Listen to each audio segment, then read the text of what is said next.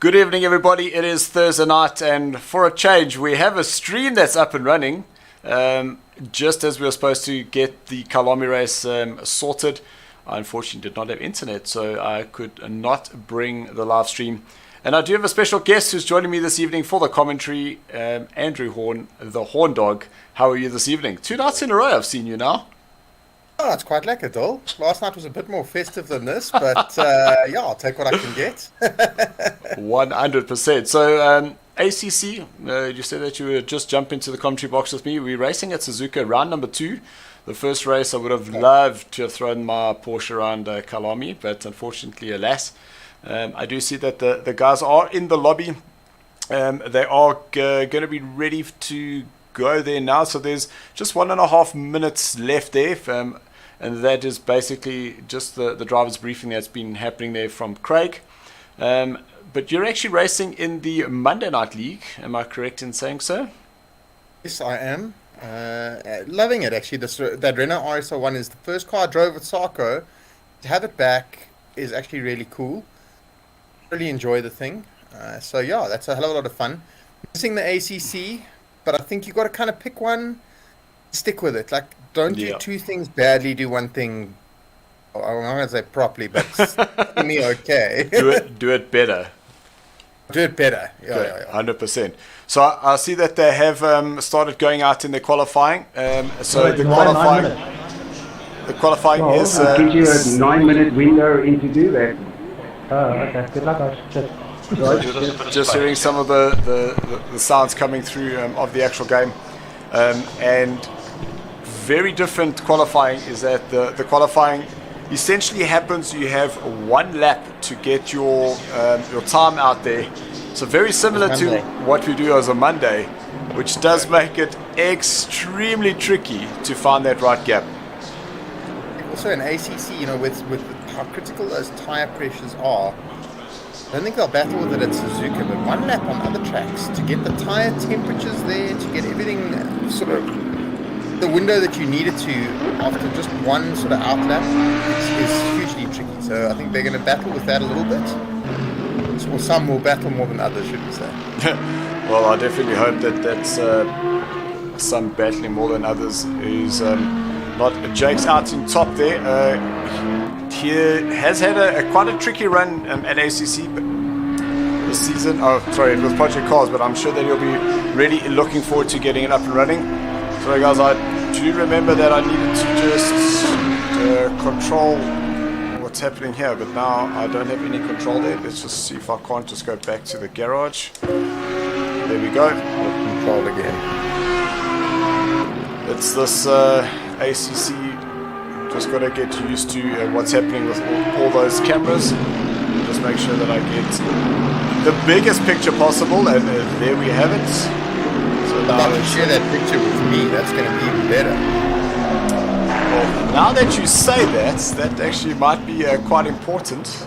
So let's just get a projector mode And 40. talk you know what, but I need something to talk you know what about.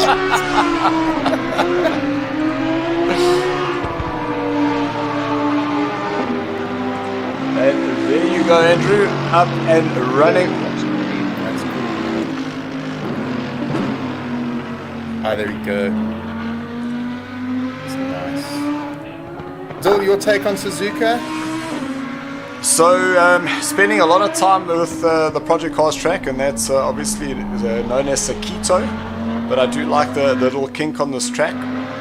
I've had very fond memories racing in this track when the game first released.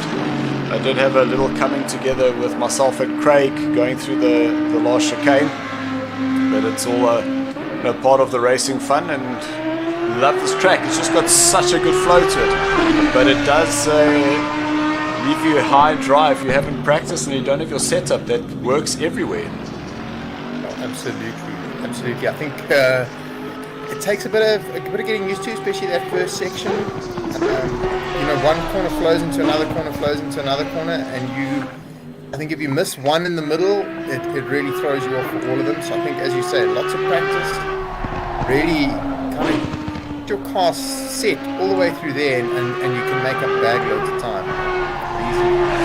Yeah, so once you come out of the final S's, so that turn number 6, and you start heading yourself up the Dunlop curve, there as well, you got to be on it.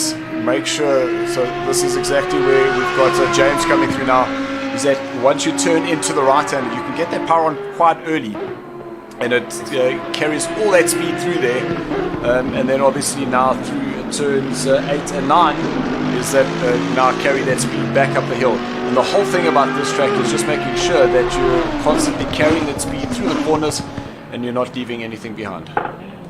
Absolutely.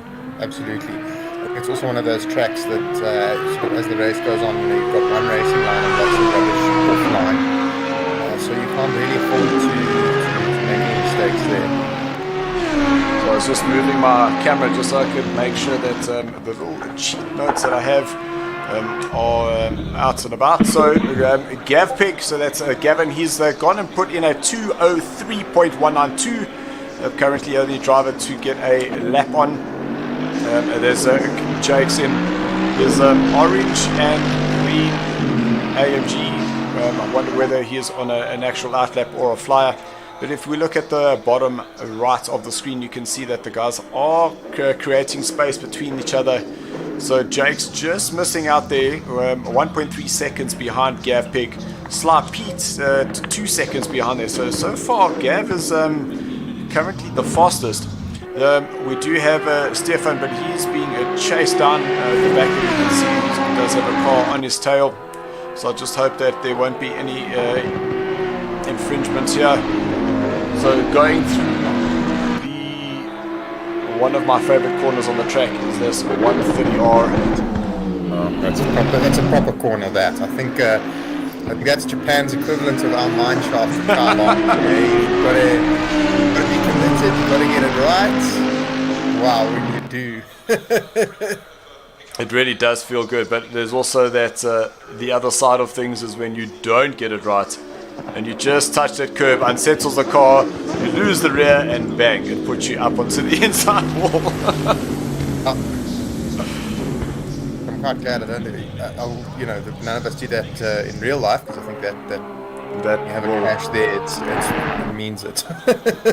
It's over. That will definitely hurt. So we do have Marius currently on screen. He's trying to get his lap in. Just love that sound of that Porsche. Definitely my favorite car. So turn number 11 through the hairpin, and now is going to be flat here through turn number 12. Hoping that the car turns in, it doesn't lose the rear, creates a bit of that slide, because if you're going sideways, you are going slow. Then he's going to hit on the brakes through the spurned curve. It also is so tricky that you got to get that first entry spot on. You then stay as wide as possible as you can through turn number 14. Just be patient with that power and just turn it on. So you can see Morris putting some heat into those tires. And I was just going to jump to Stain, but I see that he's jumped back into the pits. And we've got... Sorry, what is that? Are they allowed to do another run if they jump back into the pits? Not at all. So, Okay, so it's what, Monday. what we think has happened is James, we did see him out on track and he probably ran a little bit wide somewhere, invalidated his lap, which means that he would have completely lost the opportunity to get a lap in. So Morris is now on a flyer. We just jump back and we see a Memo making a change, having driven the AMG for the last year or so. He's now gone with that yellow and purple. And I just look at that color, Memo, and my heart just cringes. I just don't see that those colors work, but everyone to their own. Memo loves his purple. Yes, I say the purple and the murky had that like chrome kind of finish to it. It's, I don't know, it was a bit better than what's on that Porsche. But yeah, Memo's certainly catching in on lots of online racing. And it's nice to see him back in the Monday League. And he seems to be getting back to being competitive again, which is great. Yep. Oh, it looks like Morris has made a mistake because that's him stopped in the middle of the track there, so he's not going to be able to get a lap in. Yeah. That's through those quick right-handers, I wondered. Oh, there's Memo losing it through the 150R, so he too is not going to get a lap. So out of the 12 drivers we have this evening, only 7 of them getting that lap in. And Morris did mention it to us in the race on Monday night, is that he was going a lot quicker, but as soon as you get that one qualifier, all of a sudden that pressure's on and little mistakes start creeping in. I think you can either go on two extremes. You know, you either overdo it like those guys have just done, or you go way too conservative and you're still slow. Exactly. Look. I mean, there's big time gaps there. I know, chatting to Sly Pete a bit earlier, he was really battling to actually put a lap together. Brandon DeSantos was as well, but I don't even see him in there. I wonder if he's got load shedding or something. Yeah, so we did see that there was a message came through, and I think there was about 3 guys that all have been affected by this wonderful load shedding that we're experiencing. Oh, stage 4, it's great. And what happens? Trying to drive around Joburg and sympathize, I'm sure. I leave my house just after 6 when the load shedding here kicks in. By the time I get to the office, that load shedding is the same. So I'm actually on the same grid as my office. Leave in the afternoon during load shedding, arrive home during load shedding. It's been absolutely amazing. Thank you so much, Eskin. No, we love it. We really, really do. So that is the final lineup. So Gav up on top, they're followed by Craig. Then it is Sheldon who makes a return to us as well. Jakes is in 4th place with Pete in 5th, Ronaldo in 6th, Stefan in 7th. Then we have James, Stain, Duncan, Morris and Memo not getting a lap in.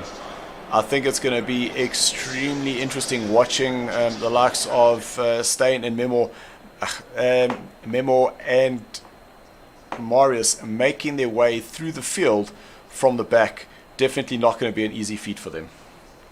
It's quite a long race. I'm sure, somebody like Marius, he loves that kind of challenge, and he normally does really well at it.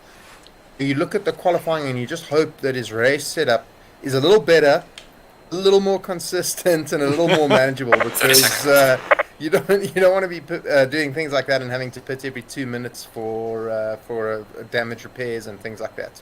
So we see that Mr. Tyler Scott has joined us on the stream. Evening, Tyler. His confirmation there saying Brandon did get load shedding or load shed. Is that a word? 10 seconds. That's the best description I've ever heard. It's past tense, right? Oh, great. Well done, Tyler. And then KLM Pace. So he unfortunately has load shut as well. So that's KLM Pace is actually Kylan. I actually met them, him and his dad, at the 9 hour of Kalami 2 years ago when they first arrived here, and bumped into them at the BMW box and just started chatting, and that was it. Kind of learned who they were and where they were from. So absolutely amazing. I think that's what SARCO does. It brings people together. People think online racing, it's online racing. It's amazing. The people you meet, the adventures you go on, the things you get up to. It's just yeah. 100%. It's a real community of people. Get involved. Exactly. So guys, apologies, I can't change the cameras just yet. Once they cross the start-finish line, they are going to be going into a formation lap. And then I will be able to just jump through those cameras. I would want to focus a bit less. Happy with cameraman Tim when Memo's coming past with his beautiful purple. 100%. Purple and Green line, give it all you got. purple and yellow. Can you believe it? Yeah, no. Rather him than me. So you see that they're not up to a racing pace, and that's because while they do the normal slow manual start, there is still one complete formation lap, and that's just to make sure that if there are grid penalties and that sort of thing that need to be served, that the guys are able to do that. But at least now we can just jump through the field and have a little squiz at some of the cars that are racing this evening. So out in front is a Gav Pig.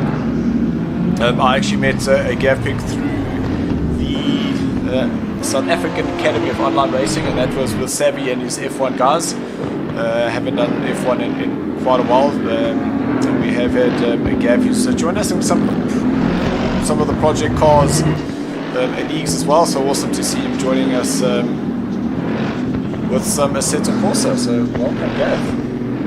He's also come on leaps and bounds. Hey, he's one of those people that is taken to like a duck to water. And he's really from when he started with us to where he is now. Like, he's a real contender for sure. Most definitely. Then you can see in second place is Craig, and you can see that both Craig and Jake's running the same livery. Jake's asking whether he could just go out on loan, so not with the green numbers for the season, and he has joined Craig in terms of his team. So that's what we are able to do. But don't worry, I will be sending Craig that what's it? That finder's fee. Maybe our sponsors deliver your parcel. There we go. Oh! The warm-up lap. Is that the cold tires?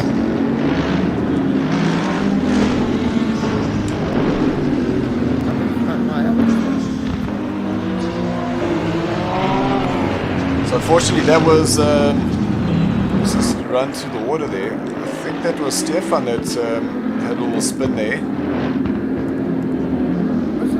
It's a bit more like a bird. I don't think it was Stefan.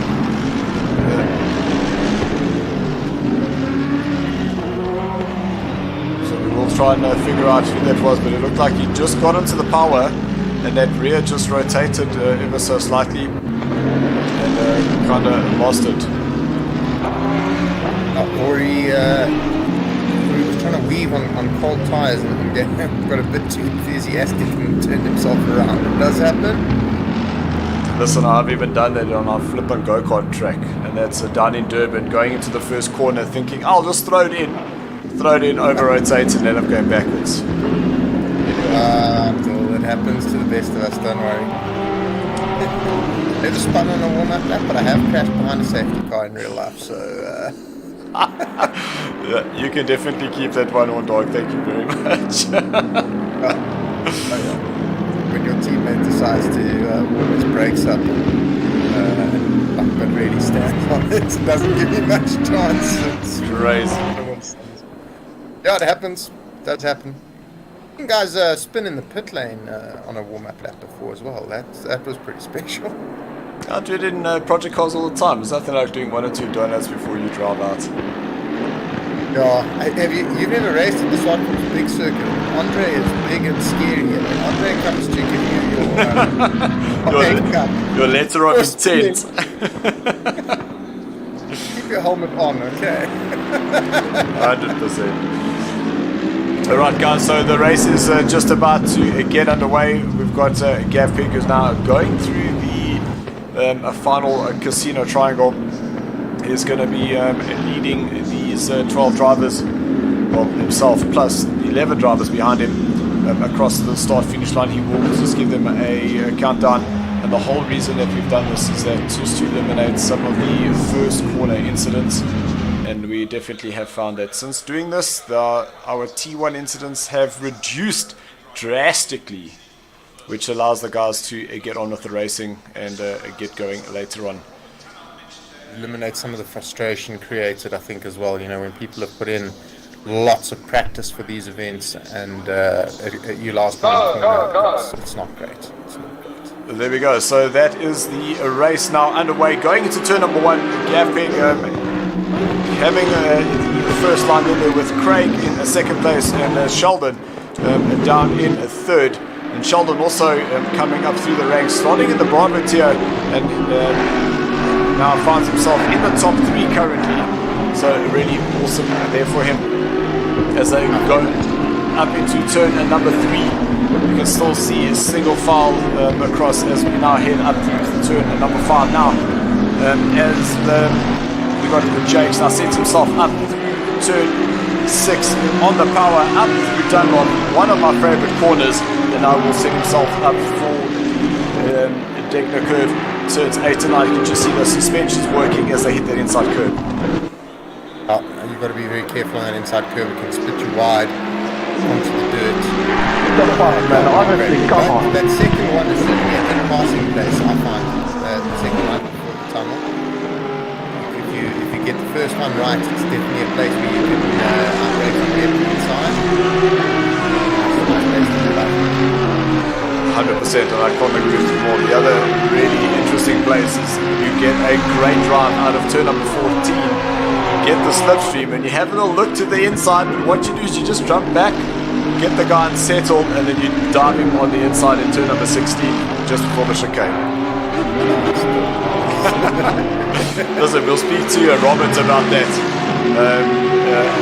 Specifically there at Sonoma, when I had a little look, he went into turn number 3, said he had a little look in his mirrors, which was not what he should have done, and ended up forcing that place from him. So that's what it's all about. Absolutely. If you pack under pressure, you aren't going to win races. That's the I must say that was a very good first lap. Everybody was unbelievably well behaved there. Still haven't worked out who spun Can someone save the replay for me, please?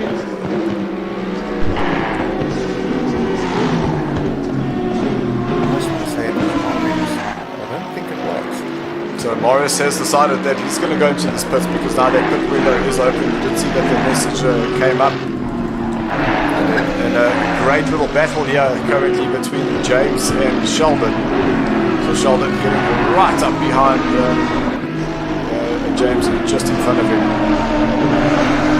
These guys, I think they're going to bide their time a little bit, see where the guy's got his weak spots, where they may be a little bit quicker, stronger on the brakes, work out where the best place to pass is. But if you saw that, that rear was not happy there. Definitely came in a little bit too hot, but he did manage to hang on to it, so well done there, James. Lovely car. Ach nee man, jy kan mos nie met toe maak op my nie man. It's unusual to see the Marius No, I think what had happened... was the last lap wonder. Pit stop.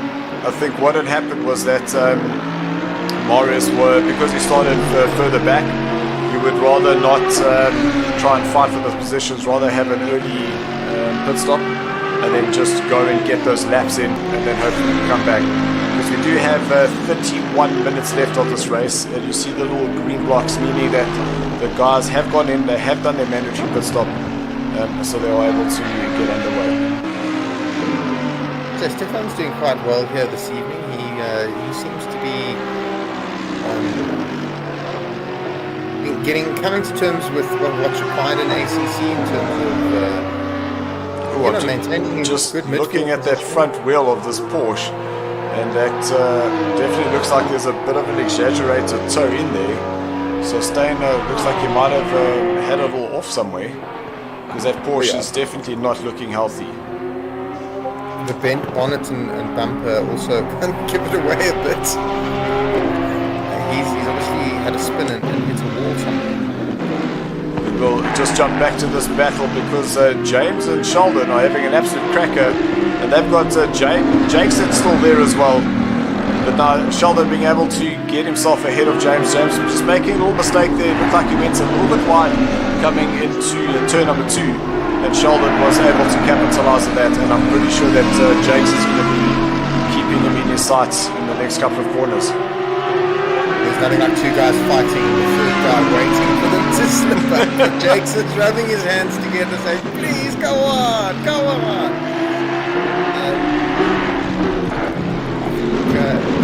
But what do you think on tyre wear here? Are these guys going to manage to do this whole race on a set, or do you think guys will change?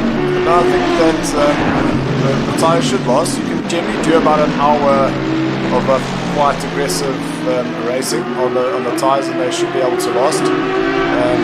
So it would literally just be in the pits, jack the car, put the car down, and off you go again. And messing around with fuel loads, running your race half-half, do you gain anything? You gain enough? I don't think so. And that's because James is really struggling with that rear. You can just see how those tyres just lit up as he got into the power, which now allows Jakes to just get himself through.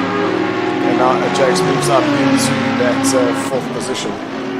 You're probably fine with having a good attack there. He's got those tyre temperatures really high. Being aggressive through those long leaping corners in the first sector. Probably got the temperatures a bit high, and he's starting to slide around a little bit more, where Jakes could hang back and watch rather than do that. Get onto the attack, yep. Yeah, absolutely. So, yep. Again, box clever, guys. That's how it works. Second corner with the braking and the downshifting with the steering load on is something special. 100%. I was just watching James out of the corner behind. It looked like he did run a little bit wide there, so he hasn't quite got that turn 2 probably to his standard just yet, so we'll definitely keep his eye on there. But now currently we'll jump to our race leader as he hits that inside curve nice and hard at turn number 8. You can just see it. Damper settings dead right to run the curves. That's what he wants. Got a good gap over Craig as well, so quickly. Really is on another level here this evening. He's lying about 6th in the championship, so this is going to help him. If he can maintain his position, the championship points is really going to jump up nicely. So just having a little look, let's see what's happening in terms of some of the comments that are coming through. It's always nice to get those comments from our viewers. We do try and do them as often as possible. So guys, if you are saying how's it, just let us know. So we see it's Marshall. He's said, "Lacquer boys, have a good one, flat out." Come on, Marshall, when are you going to come back, man? Come and have a drive with us. Peter Heinemann says it only takes one mistake or one person to take you out, so something definitely has happened there. So I'm pretty sure we'll have a little visit to the steward's office this evening, I should say, and see what's going down there. But I must say this battle between 2nd, 3rd, 4th and 5th is going to get very interesting, because that's Craig there in 2nd place, there's Sheldon, then you see Jakes and James in the background. So this 3rd, 4th, 5th is still not done and dusted yet. I think they've got a long way to go. Looks like they're having great fun as well. And that's, I think I'd rather be in a 3-way tussle with somebody than out of my own getting. Also, I'll figure out what happened. Maybe he'll give us the inside scoop. You must just remember that we are coconuts. And I see on the YouTube channel where we've got Johan VDB saying, yo, coconuts. Yes, we are. And he's saying, let's go gaff pick my man. So a bit of history there for Johan VDB and gaff pick. Johan with his some stuff racing crews actually got a couple of people to SARCO, which is cool. They're very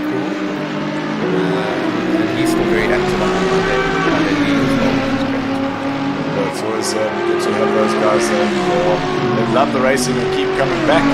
So let's just have a look here, because that got my eye. But we've got Duncan, our British international, mixing it up with James, and that was two very interesting lines. We'll have a look on the inside here into turn number 13. Not close enough for the 99 AMG. But there again, James is on the power, and that rear is just lighting up. He's just not able to get that Audi settled coming out of the corners. You just see how much speed that he lost there on that exit, but not too wide into the 130R. James just slows down and realizes that he's not going to be able to fight that pace for much longer, and James now unfortunately falls down into a 6th position. That's clean racing there, lovely to see. Yeah, so it looks like well, I'm not good on the names, it's not someone I know, RTA Fluffy, but I clipped Pete on the first lap and spun him around into the wall. Oh dear. Pete is coconutting fuming. Well, that's why we do implement the replay. Let's just go have a look, see what happened. Because there are times where you think that it was the other driver, that there could have been something that you could have done to avoid it. And what it then becomes is a race incident. So it is always very frustrating to be taken out, but it's better to just go review the footage and see exactly what is happening. Absolutely. Let some independent eyes have a look. With some calm sort of sense, and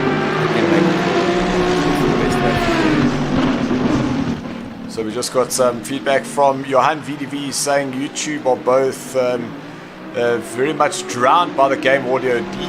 Thank you, Johan. So we have just dropped that level down slightly. Just let us know if that's better, and hopefully that we can continue bringing this awesome live racing action here at Suzuka, but both myself and Andrew Horn sitting in the comfort of our lounges, and this is just the beauty of what sim racing allows us to do.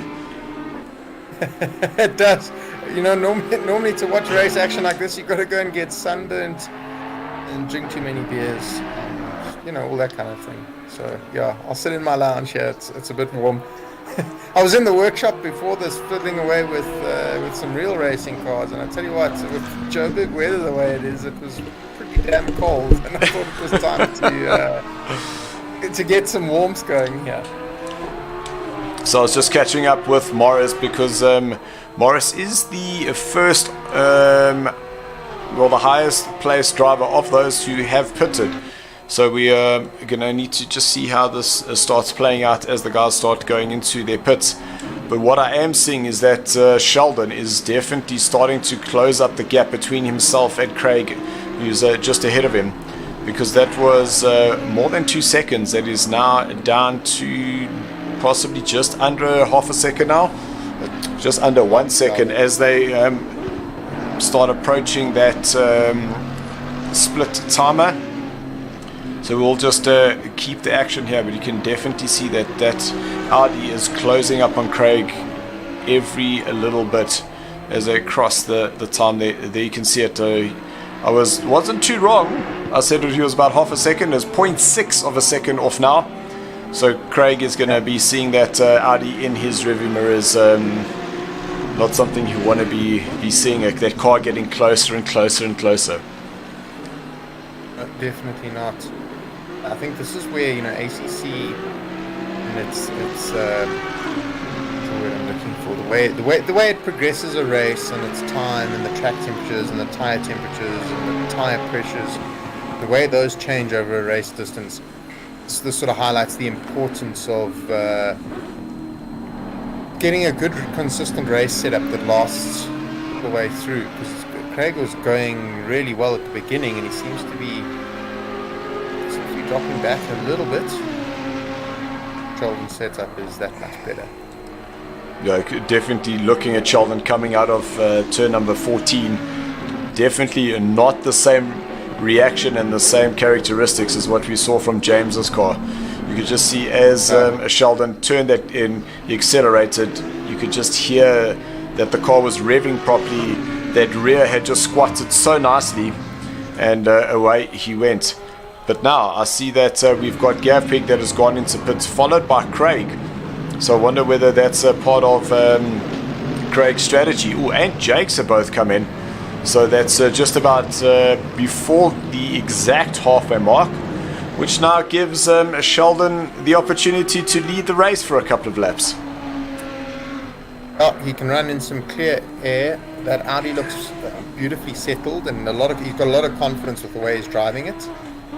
So yeah, let's see what he can do. You know, I think We are halfway through. Keep it that'll up. play out. If he can run some good lap times now until his pit stop, it could stand him in good stead to be right up there.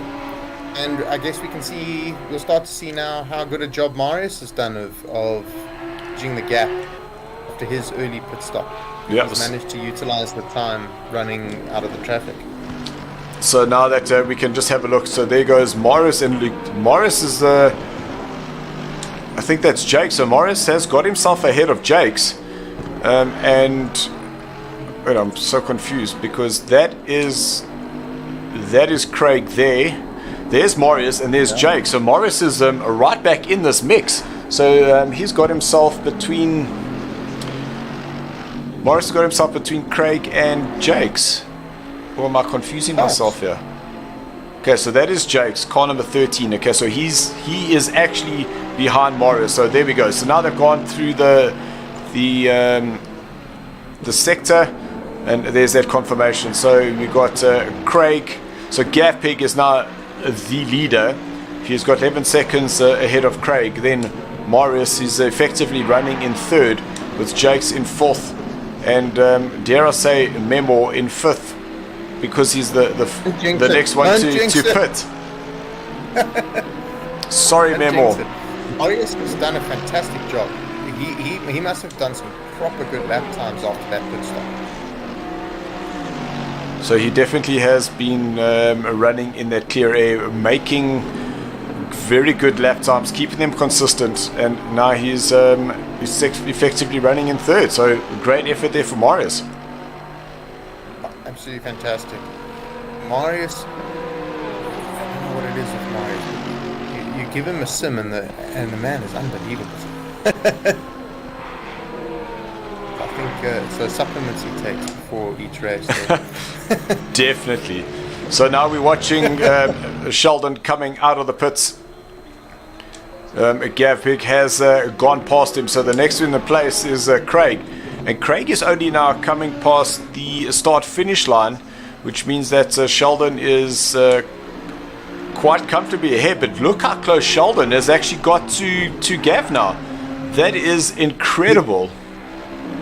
Yeah, that clear air running, you know, he got past Craig and they all came into the pits. He's utilized that time. He's really utilized that time.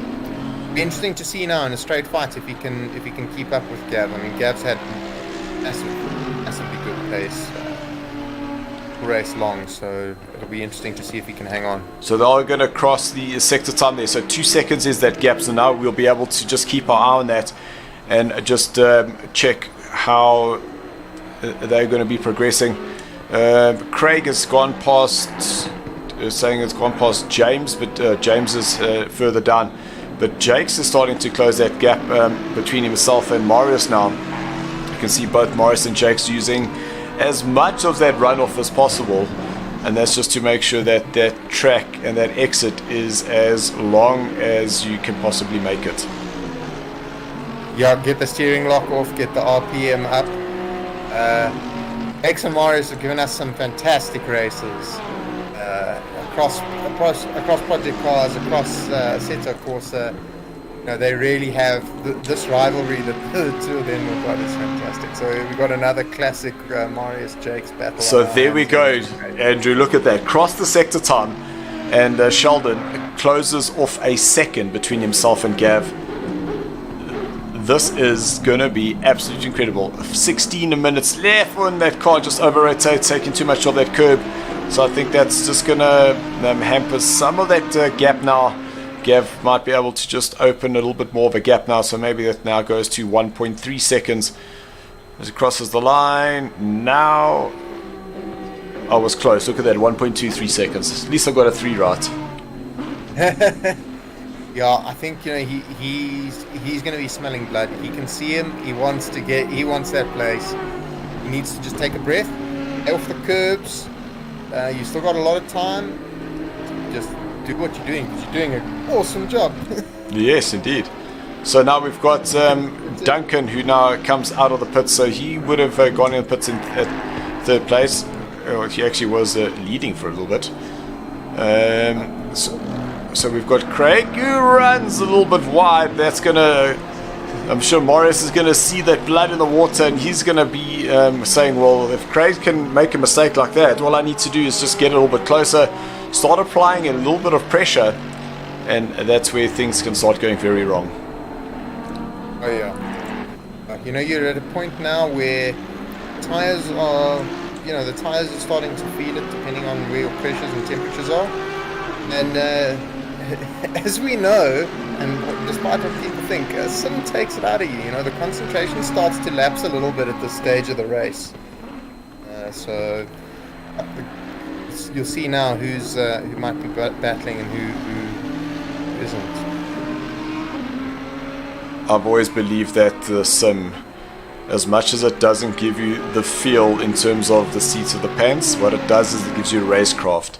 It also gives you the focus. It allows you to drive from point to point. I need to brake here, I need to turn in here, I need to exit here. And it just keeps putting the good work in for when you actually go and race the real car. Yeah, no, I agree with you 100%. It does huge amounts for consistency. When we go endurance racing, my teammate's really not interested in sim racing, and he gets so frustrated because his lap times sort of fluctuate depending on where he is in the race and who's in front of him and that. Whereas, I can go out and do 2 hours within 2 or 3 tenths of each other each lap, and he gets so frustrated with it. And he can't understand why. He sort of says, well, I was on the sim, go and do a 40-minute race on the sim and just keep practicing that, or even longer. Oh, what have we got here? That's a lap car, hey? Yeah, that was a lap car indeed. Okay. But now we've got Marius and Craig now having a go at each other. So Marius has definitely turned up the button there, and he is right behind Craig. So it does seem like Craig is struggling a bit now, because while Sheldon got past him, he now has Morris in the almighty Porsche just behind him, smelling that blood in the water.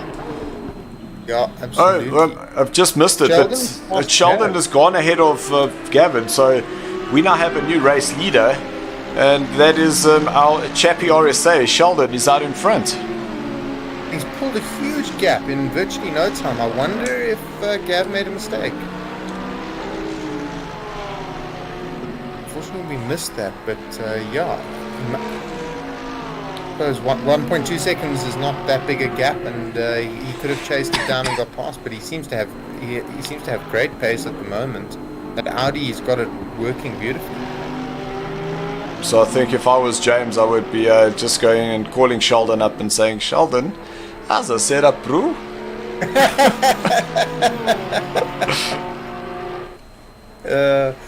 And ACC is painful to share setups because you don't have the click the button and send it option like on Project Cars, which is awesome. Exactly. It means that you have to put in the hard work. So we are currently watching the battle for third and fourth place, and it is Porsche versus the AMG, and I think Morris has got a great exit coming out of the last corner. Monster toe down this straight as well. It's really deceptively long.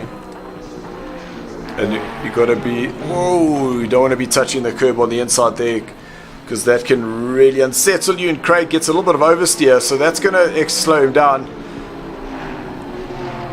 That Merc is both Craig and Gav are battling with those Mercs, man. Yeah, it does look like the Merc with just less than, well, just more than 10 minutes. I realized that the timer is just, no, that's not what I wanted to do.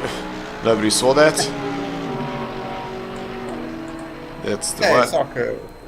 There we go. So we can just adjust that just ever so slightly on the fly. There we go. So now we can see the race time. Nicely done, Bill. Nicely done. Nobody will notice. Nobody noticed that. You saw nothing.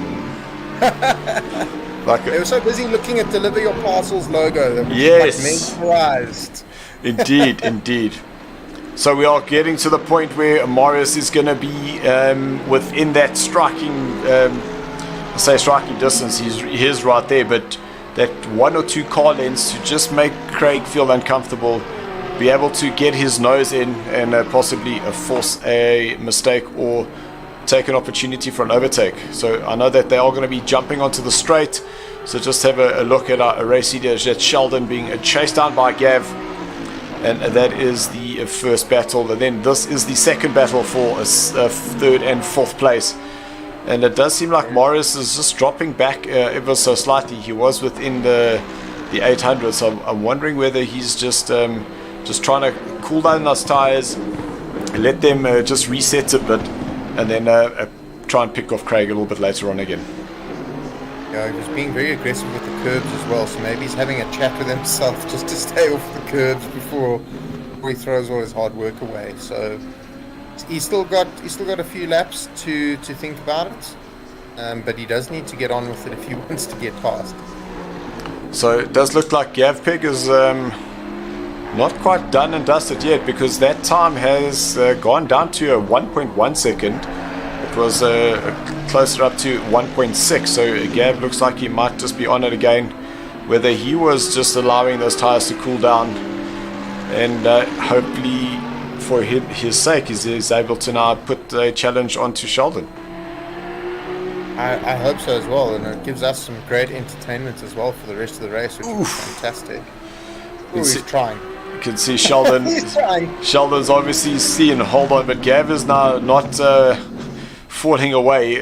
I need to get a move on. You can see Sheldon making a mistake there into the hairpin at turn number 11 and going a little bit too deep. Sure. Easily done. Easily done.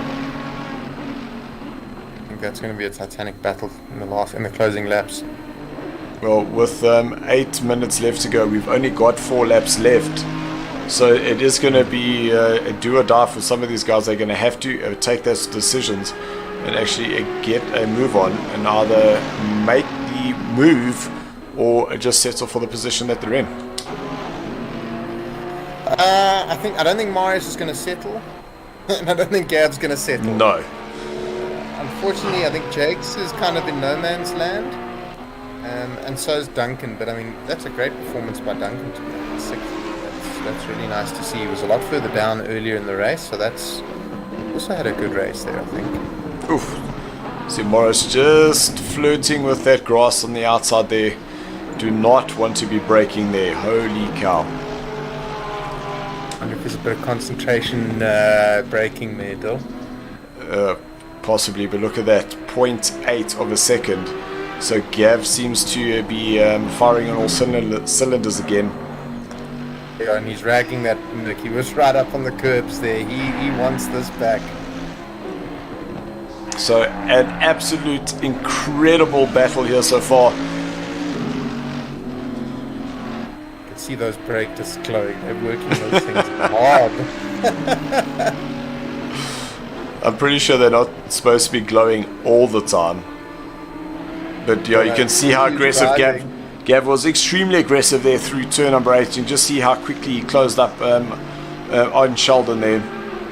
So will he have a little lunge to the inside into the hairpin? Sheldon goes defensive, and rightly so. But now will Gav be able to get that power on and to win the drag race heading down towards turn number 13? Because there is an opportunity for an overtake there. It all just depends on who is willing to break the latest. Yeah, I think going defensive in the previous corner, such a long flat out run into this section. You've got to be very careful with how defensive you go, because you can compromise yourself the whole way down that straight. Yeah, most definitely. This is a pretty even chess match at the moment. Sheldon strong in parts, Gav strong in others. Oh, wow. How fast Gav carried so much speed through there. You can see he just ran wide, and I'm pretty sure that he would have got some track warnings there, but now he's going to be right on the back of Sheldon as they head down the start-finish straight. This is going to be a slipstream city. He's going to have a go into turn 1. It's a fast corner.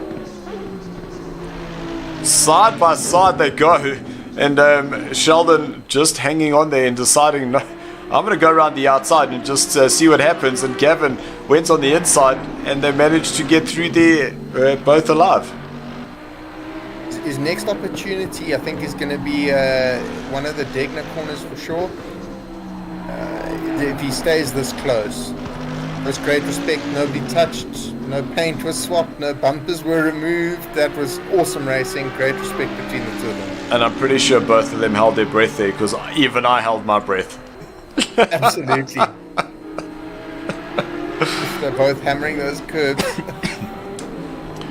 So I just noticed something, that Morris, unfortunately, he had dropped down to 5th place. So we know that he was chasing Craig, so I'm not sure whether there was a mistake there, but it looks like Jakes has been able to get ahead of Morris. So Morris now down in 5th, and he's got Duncan right behind him now. So Duncan could get himself in a 5th place. Love that, I'm sure. Do you see any battle scars on Marius's Porsche? Do you think it was just a spin? Oh, I'm not sure at all, as Duncan, too much curve there.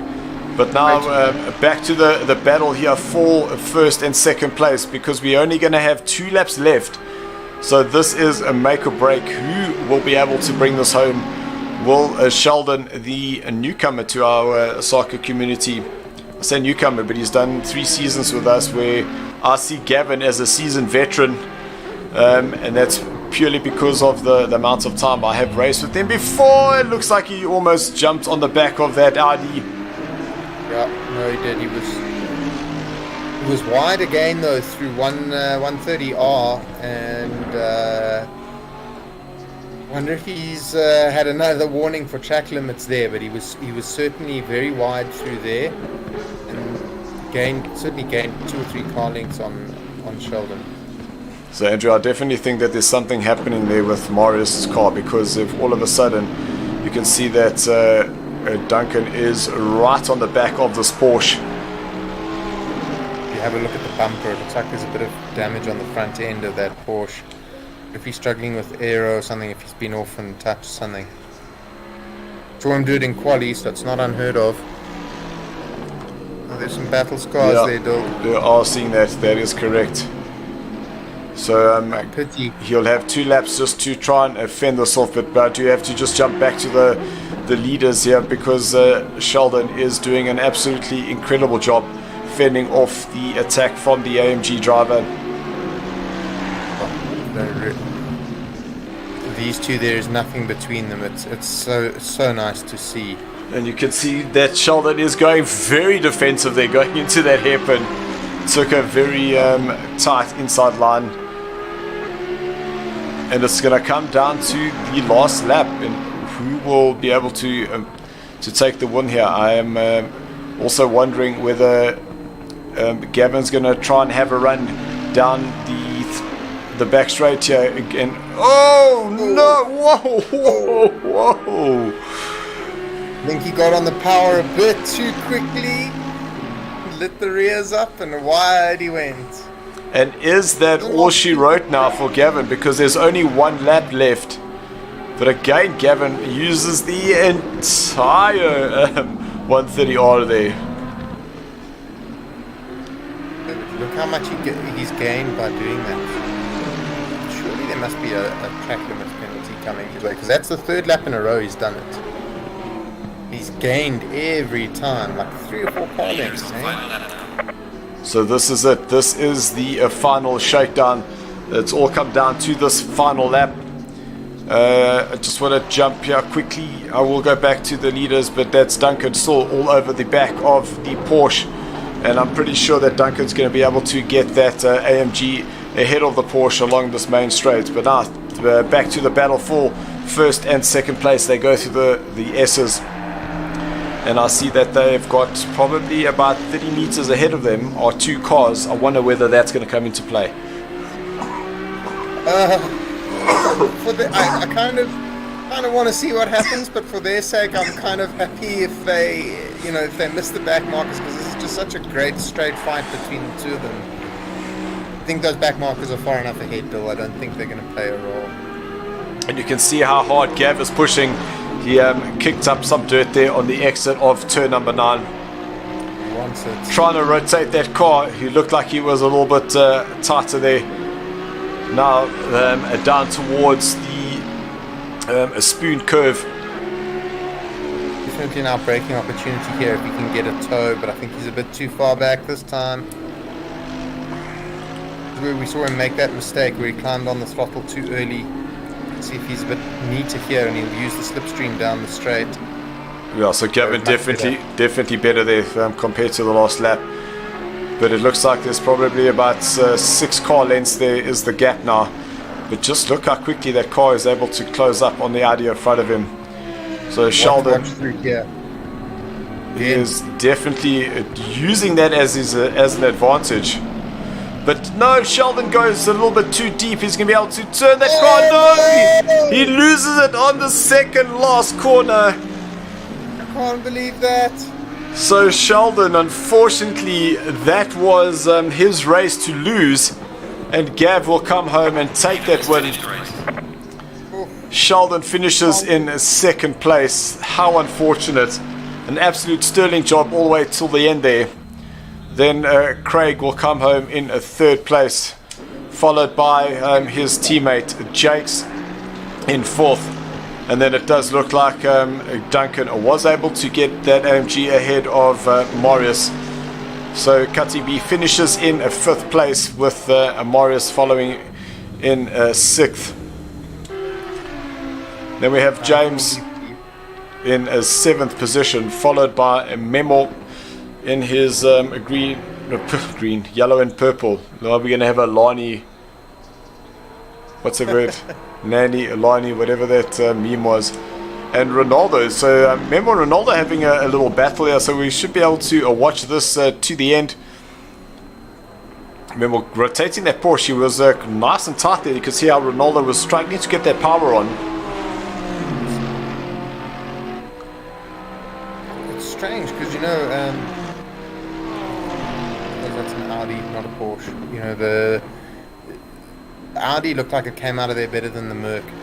Almost got some battle scars as well. Look at the side of that. I am definitely seeing that. So now they're going to be heading down towards the start-finish line. The 130R. This is going to be a do or die into the chicane. So Memo, as you can see, he's just putting the car in the middle of the track, not allowing Ronaldo any opportunity there. So now he holds that line. Will Ronaldo have a dive into the chicane? No, he doesn't. Looks like he has overcooked it slightly. As he down the last corner, and Memo is going to hang on to this little battle between himself and Ronaldo. Then Craig. Chicken Wing, that's Stefan in 10th place, followed by Stein in 11th place, and then in 12th that Pete, unfortunately, a disconnection there. Very, very sad to see. I'm sure. So let's see if we can get the guys in the Discord. We'll be back next week for sure. It was a fantastic race. That was unbelievable. Some amazing battles there with these guys. Yeah, Duncan overtook me on that last lap too. I just didn't have any speed. I just had to let them go. Alex will be pleased, I think, to come back with fourth as well. Yeah. He was way down earlier on, and he seemed to be struggling. So to come away with that, I think he'll be pleased. Sheldon might not be the best person to interview at the moment. Green light. Go, go, go. I think he's exited already, so that I think answers your question. No shame, man. But no, but honestly, he still needs to come and chat to us. Yeah, I think it was a case of just too much curb through that last chicane, and he unsettled the car completely, and that was that, you know. And also possibly just watching too much of the rearview mirror, trying to see where Gavkik was. Yes. And that is unfortunately going to make you miss your braking marker. That's how it goes. That's how it goes. So guys, I hope you enjoyed that race. We are just trying to get our a podium winners in the Discord.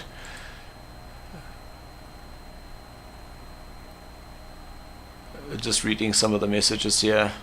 So part of that accident, Horn Dog, was Memo actually landed up T-boning Ronaldo, saying that Memo said he had nowhere to go. So that's explains some of that. Yes. Yes. I think, yeah, there are a couple of comments saying what a great race that was, and it really was a fantastic race. Message there from Tyler Scott saying that was a great few laps at the end there. Unfortunate for Chappie. Yes, it was absolutely incredible to watch. Some great racing action, and as we're starting to see that there were some of the guys that did have a few little touches here and there, but all in all, the racing itself was absolutely incredible. And all I can say is, the guys, thank you so much for tuning in. For some reason, it doesn't look like the winners want to come and have a chat to us. So, Andrew, all I can say is thank you very much for joining us. We are That was a lot of fun. We definitely must do this again. Absolutely, yeah. Oh, if I'm lurking around, I'm happy to jump in and help. Absolutely fantastic. So to everybody that joined us, thank you so much. To all the drivers, guys, what a great race, great effort. And what I can say, guys, is until then, keep racing, and you know exactly what I'm going to say.